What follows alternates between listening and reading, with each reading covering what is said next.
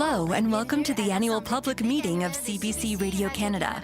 Hi, I'm Sudha Krishnan, your host for this year's annual public meeting. Our stations are located across the country on the ancestral lands of Inuit, Métis, and First Nations peoples. By acknowledging these unceded territories and expressing our respect toward these nations and their elders, we assume our responsibility as a public broadcaster to faithfully represent their heritage, richness, and achievements. In 2023, we will launch our National Indigenous Strategy, a commitment to better serve First Nations, Inuit, and Métis in our activities. Today's event is available in its original bilingual version, as well as in English with simultaneous translation, American Sign Language interpretation, and with closed captioning.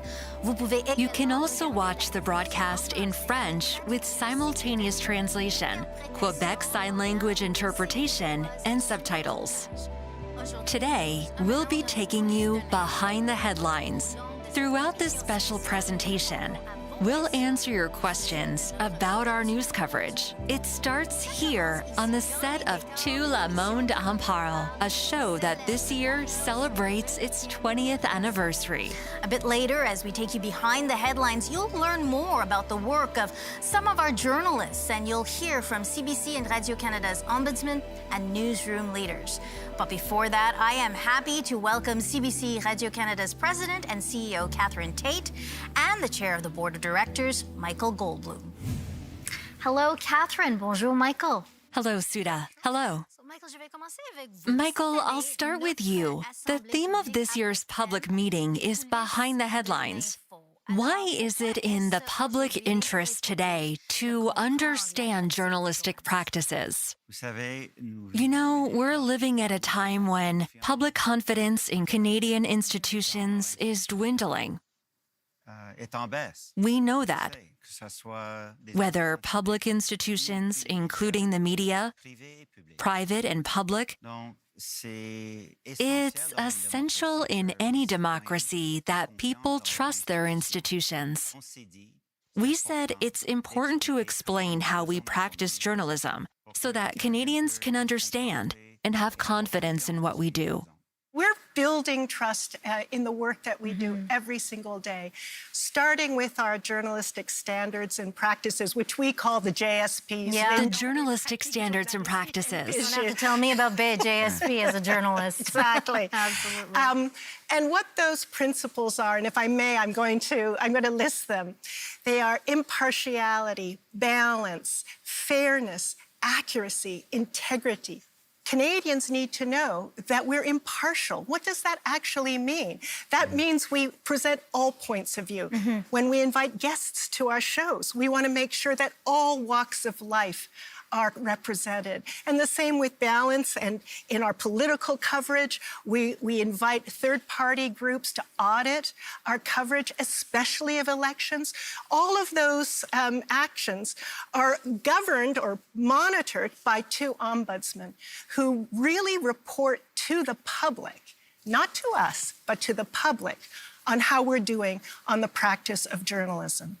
Let's talk about this summer. I mean, it was marked by terrible wildfires and floods, which forced many people to evacuate their homes. So how do both of you see the role of the public broadcaster in making information available in times of crisis? Again, Catherine, I'll start with you. Well, I think we have to remember that we are the only national media organization, national being coast to coast to coast, in both official languages and 8 Indigenous languages. So we're covering the country like no other news organization. In moments of crisis, Canadians, of course, are desperate for information, and they turn to the public broadcaster because, as Catherine said, we are present in more communities. I think it's, 80 communities in the country? And we very much noticed that they did come to us. They came in really significant numbers, so we need to be there. We were on the ground. We were there to provide the public with critical information. Who needed to evacuate? Where were the fires? How have they impacted the communities? So it's really, more than ever, it's a role that's essential for the public. And I think the public broadcaster, because of our presence across the country, plays this absolutely vital role. I am very proud of our journalists and their efforts to keep Canadians well informed. And with the facts, with the science. Rumors tend to swirl at times of crisis. So you need a public broadcaster who can put things in perspective and give Canadians accurate information. Let's discuss the news, the local news. I know that for the public broadcaster, a local presence is a priority for you both, yes. But why is this important? And how, in concrete terms, is this presence reinforced in the communities? Catherine, I'll start with you. We know full well that proximity is our strength as a broadcaster, meaning staying close to our audiences. For example, at Radio Canada, a few years ago, we launched a video newscast program for mobile. So that's one example of how we reach young people or others, given that we're always on our phones, with news in a format where they can access the day's stories at a glance. That's how we try to reach people wherever they are. You know, one perspective I have is that of our board of directors. There are just 12 of us. But there are we have members from Moncton, Montreal, Toronto, Winnipeg, Yellowknife, Vancouver. And yes, when they're all around the same table, we learn a lot about our country. So this microcosm, that is our board, must be reflected across our operations.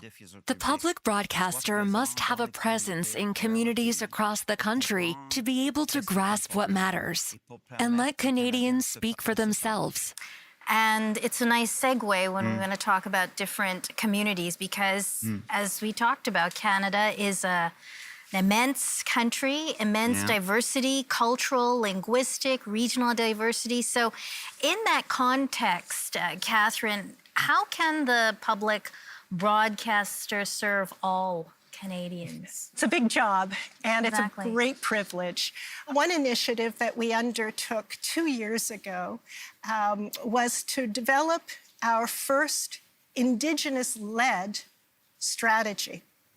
And when I say Indigenous-led, this is the first time in the history of the public broadcaster that a national Indigenous strategy was conceived and written by our own Indigenous leaders and employees through a process of consultation, of conversations with stakeholders, with Indigenous creators, Inuit, Métis, First Nations, from, again, coast to coast to coast. We really went to those communities to say, what are we doing right and what are we doing wrong and what can we do better? We are also pursuing other underserved communities like those people living with disabilities. We launched our first accessibility plan, Breaking Barriers, last year. And I am so proud to say that this season on CBC, we'll be launching a new comedy series called One More Time, featuring a stand-up comedian, DJ Demers, who happens to be hard of hearing. So it's a first, and it's a way that we make sure all Canadians see themselves on our screens, whether they're the big screen or the little screen. And to Catherine's great credit, when she became our CEO, she set a set of priorities, and one of the most important one was that CBC Radio Canada should reflect contemporary Canada, right? And that's who you see on camera, who works behind the cameras, who works for the organization, who we contract with, and that's the way that we're going to ensure that the public broadcaster reflects the diversity of our country is to make sure that our organization itself is as diverse as the country, with all the richness that diversity brings to the work that we do. Very well said. Couldn't have said it better myself. Catherine, Michael, merci à vous deux. Thank you both for taking the time to talk to us today. Thank you so much for taking the time. Great Merci, pleasure. Souda. Thank you. Merci, Souda.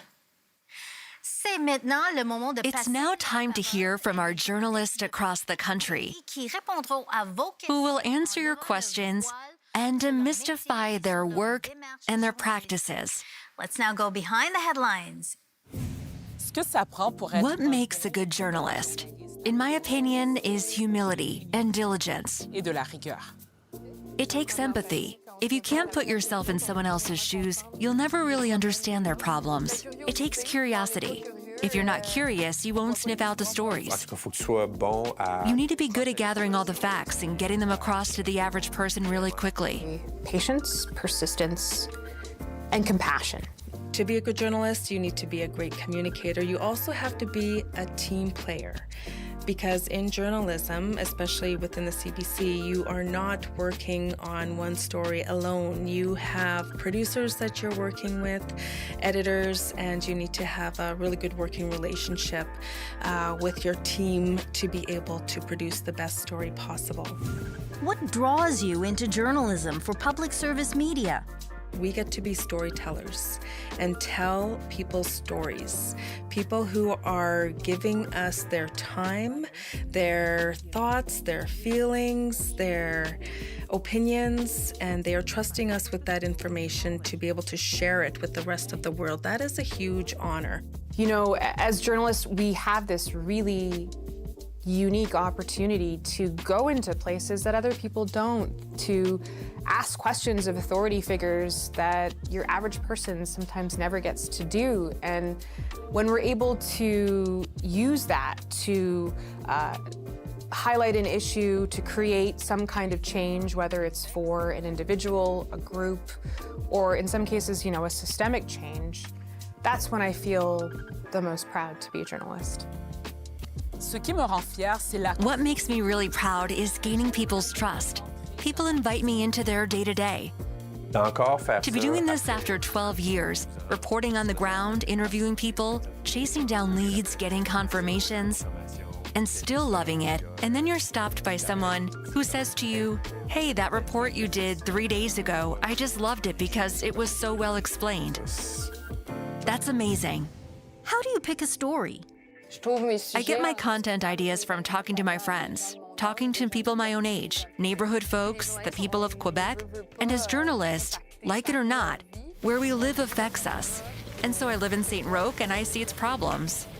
People are like, "Wow, Alexeine's working for me?" She just grabbed her phone and went off to ask the question. And so 3 days later, I've got this 2-minute report on the question I'd asked. When we look for stories, what's at the heart of that is the public interest. The concerns you have, the things that affect you on a daily basis. We are sensitive to your concerns. It also takes no small degree of courage to expose your own situation without all these people who go out on a limb to talk to us. How do you ensure impartiality in your reporting and assess the biases of the sources? Ensuring neutrality is key. But the fact remains, you know, we're all individuals who've come from different backgrounds. We all have different experiences. We have our own opinions and we have our own views, and the same goes for a lot of the sources that we often interview. I think that can actually help when it comes to storytelling because our perspectives are different. That said, our role as journalists is to make judgments based on facts and expertise. Farah Morali, CBC News, Toronto. Before even turning on the mic, we have to put aside our opinions. We must remain open and be sure to present both sides of the story. We also need to know who we're talking to. Who is this person who's letting us interview them? Where are they from? What do they gain from talking to us? How do you integrate the journalistic standards and practices on a day-to-day basis? There are 5 principles that guide our work each day: accuracy, fairness, balance, impartiality, integrity. So which one resonates the most?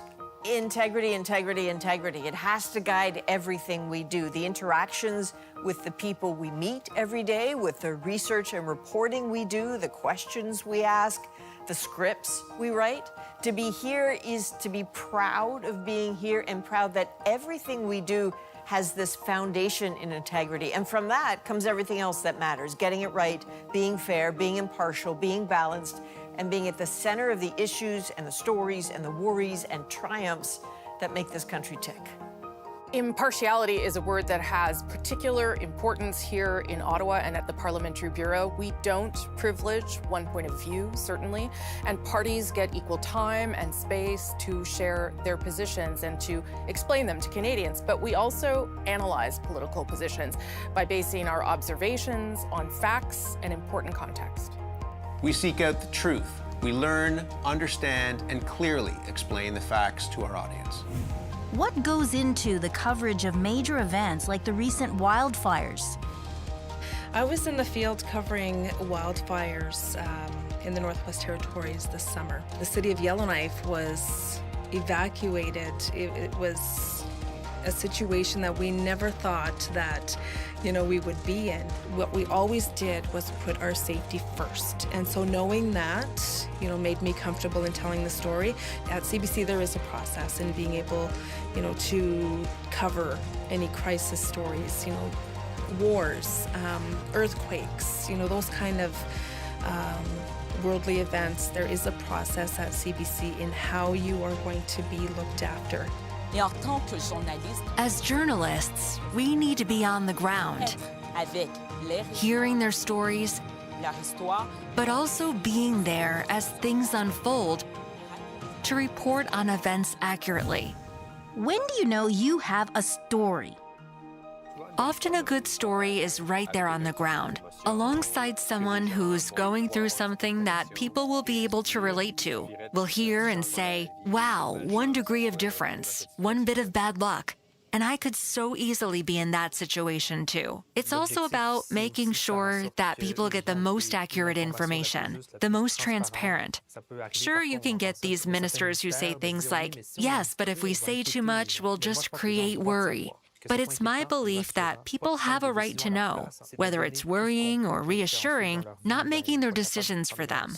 It's doing our utmost so that in our own lives they can make informed decisions. In journalism, what makes for a good story is that which interests people. It's the everyday challenges. A good story speaks to people. What are the steps involved in making a news report?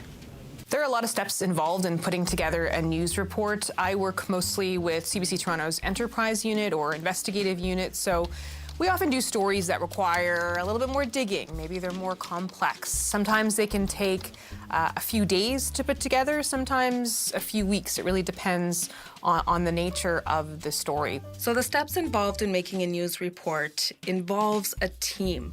You are going to get your assignment from your producer as to what story they want you to chase that day. You're going to ask the questions, when is it? Like, when are the deadlines? What kind of a news report is it? Because there are, of course, a variety. So gather is a big one because that takes a lot of time. You got to make your contacts. You're going to have a conversation with your shooter editor as to what shots you need. You start the interviews, you figure out the focus of your story, and then you put it together. We do stories for radio, for television, for online, and for social media. People have become more likely to question our work, distrust what we do.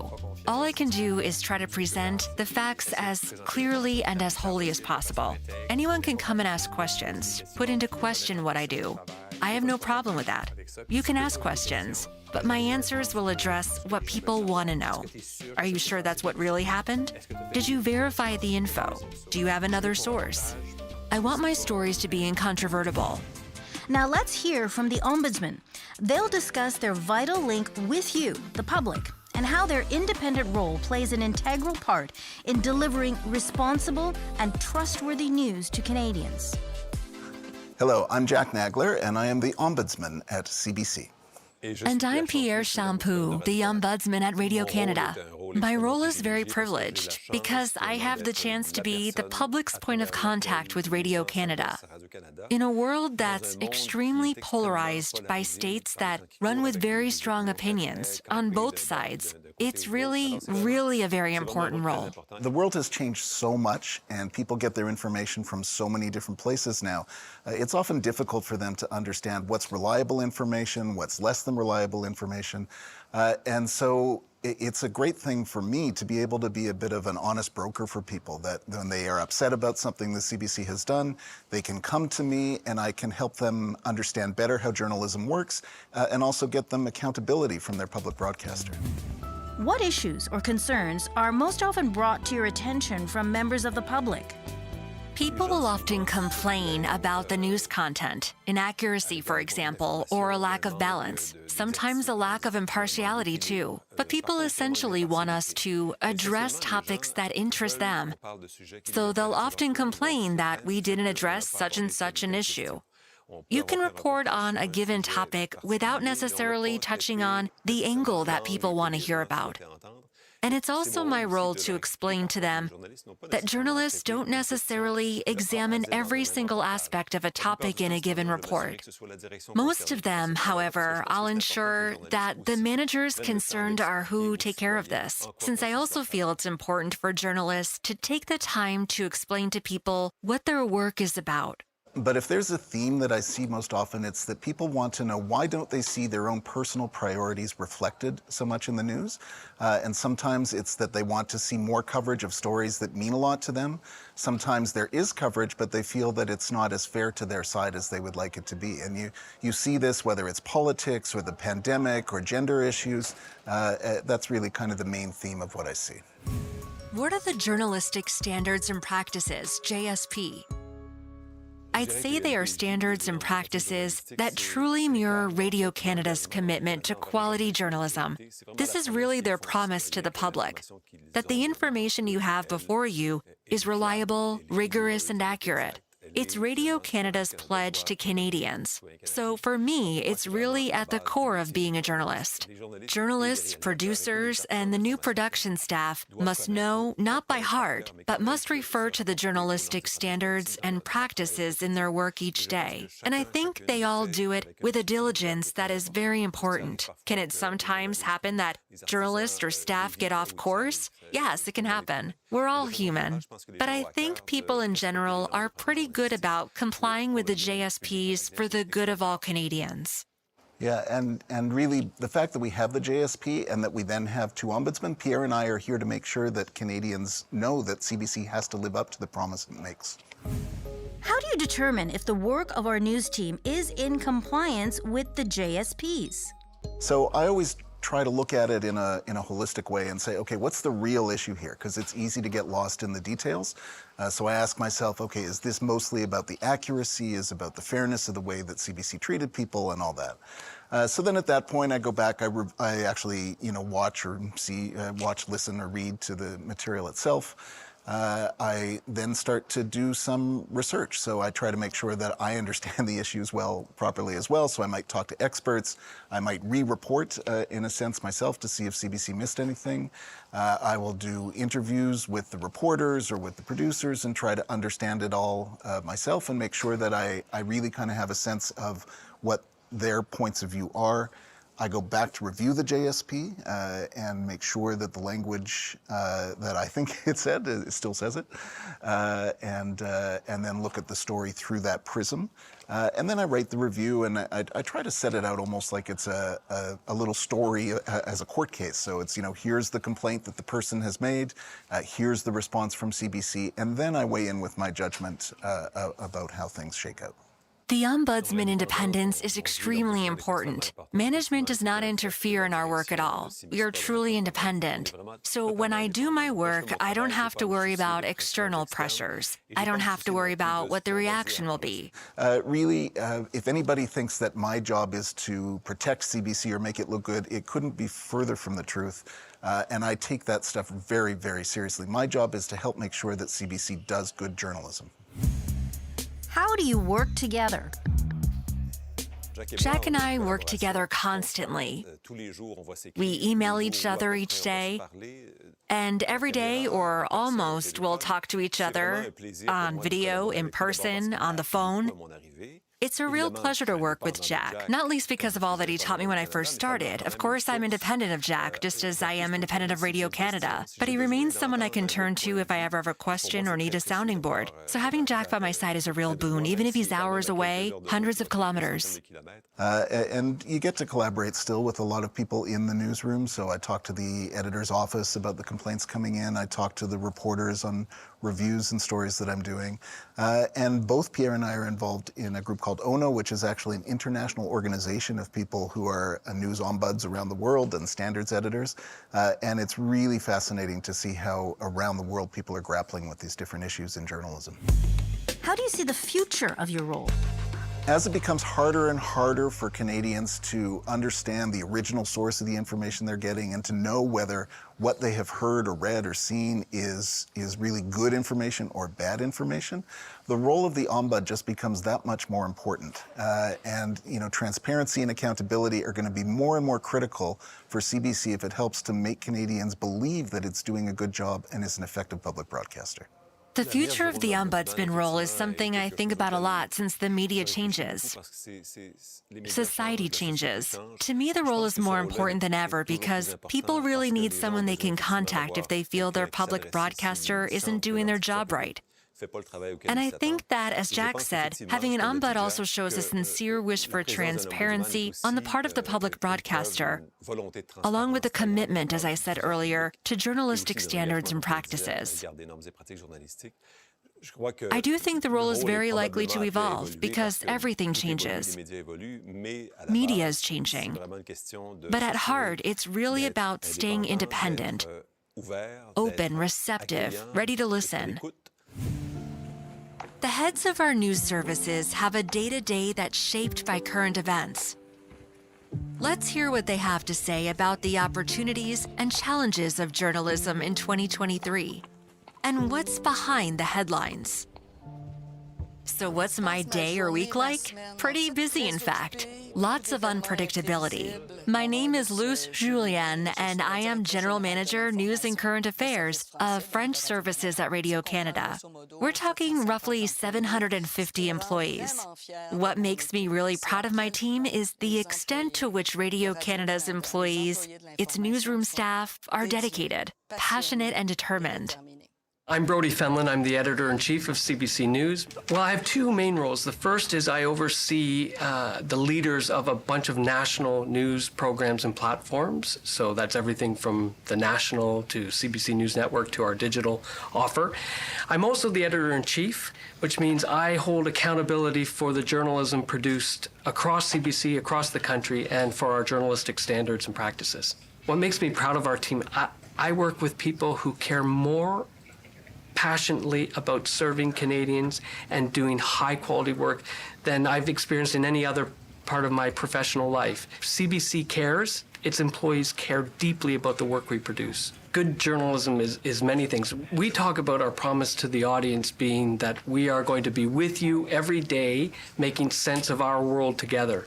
And the best journalism gives you a full 360-degree view of any story, incident, or topic. The question of diversity is key. You have cultural diversity, you have regional diversity, you have diversity of opinions. The better we can represent different views, the better we will represent the full range of issues affecting Canadians. And the more representative we are, the more the public trusts us. It's vital for a public service. Radio Canada, CBC, we are a public broadcaster to represent the full spectrum of opinions across the country. How do you determine which news is breaking news and who makes the editorial decision? There's not some person up in a tower, the decider-in-chief or the wizard behind the curtain deciding what we cover as a news organization. It's actually the work of hundreds of journalists, sometimes hourly, making decisions about what should be covered for the audiences they serve on the programs or platforms that they take care of. So what we do for the national, for example, might be very different in terms of the stories covered by a local radio station in Saskatoon. How much value is there in being the first outlet to break a story? Being the first to release a news story has no value unless it's a journalistic investigation that's been truly substantiated. But being the first, it's not about that at all. Our primary objective is always accuracy, rigor, and providing information as transparently as possible to the public. What challenges are the media currently facing? We see increased hostility, abuse, harassment of journalists out in the field. That's a big pressure for us. Another challenge for the news organizations like ours is just the incredible amount of disruption in where people get their news, how they get their news, what time they get their news. So we are in a highly fragmented world, a transition from linear broadcasting to digital, multiple endpoints, and we have to serve them all if we're going to live up to our mandate to be there for all Canadians. The eroding confidence in the media toward journalists, the generational divide, and of course, the question of media funding. Obviously, CBC Radio Canada is hybrid funded. It remains a challenge for all Canadian media. How would you summarize 2023? The war in Ukraine, which drags on. The effects of climate change, which have led to unprecedented wildfires. And I'd say the cost of living, and let me add a fourth, homelessness, addiction, and all the related social issues. One of the topics we heard a lot this year was the advancement of AI. What are the questions this brings into our newsrooms? The advent of AI, a development as major as the introduction of the internet so many years ago for media companies and journalists. How we'll end up using it is still anyone's guess at this point. It's crazy, but there you have it. There are clearly concerns about disinformation because you can do anything with AI. On the other hand, can artificial intelligence give rise to opportunities, be a tool? I think so. We have to get to grips with it all now, as do all the other media organizations in the world.